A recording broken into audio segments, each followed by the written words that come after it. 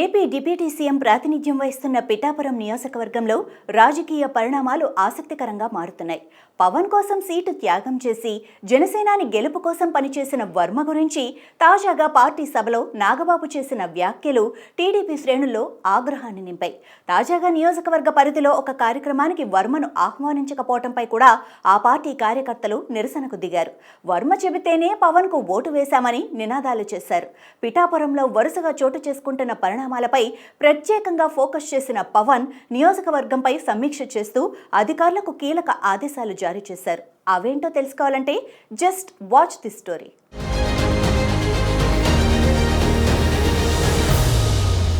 పిఠాపురంలో అభివృద్ధి పనులపై డిప్యూటీ సీఎం పవన్ సమీక్ష చేశారు. నియోజకవర్గంలో మంచినీటి సమస్య ఆరా తీశారు. వేసవిలో నీటి ఎద్దడి లేకుండా చర్యలు తీసుకోవాలని, అదే సమయంలో పిఠాపురంలో శాంతి భద్రతలపైన ప్రత్యేకంగా దృష్టి సారించాలన్నారు. పిఠాపురం పోలీసుల వ్యవహారాలపై మీడియాలో వచ్చిన కథనాలను ప్రస్తావిస్తూ పిఠాపురానికి సంబంధించి తన దృష్టికి వచ్చిన కొన్ని అంశాలను ఆయన పేషి అధికారులకు వివరించారు. వీటిపైన జిల్లా పోలీసు యంత్రాంగానికి తెలియజేయాలని, దీంతో పాటుగా పిఠాపురం పరిధిలోని 4 పోలీస్ స్టేషన్లలో పరిస్థితులపై ఇంటెలిజెన్స్ నివేదిక తీసుకోవాలని పవన్ ఇచ్చిన ఆదేశాలు ఇప్పుడు సంచలనంగా మారుతున్నాయి. ఇకపై ప్రతి వారం నియోజకవర్గ అభివృద్ధిపై రివ్యూ చేయాలని పవన్ నిర్ణయించారు.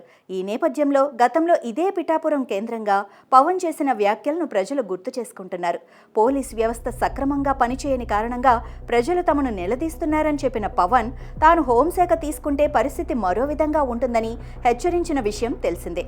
ఆ తర్వాత సోషల్ మీడియాలో అనుచిత పోస్టులు చేస్తున్న పలువురిని పోలీసులు అరెస్టు చేయగా, ఇప్పుడు పిఠాపురంలో లా అండ్ ఆర్డర్తో పాటుగా రాజకీయంగా చోటు చేసుకుంటున్న పరిణామాలపైన పవన్ ప్రత్యేకంగా ఆరా తీస్తున్నారు.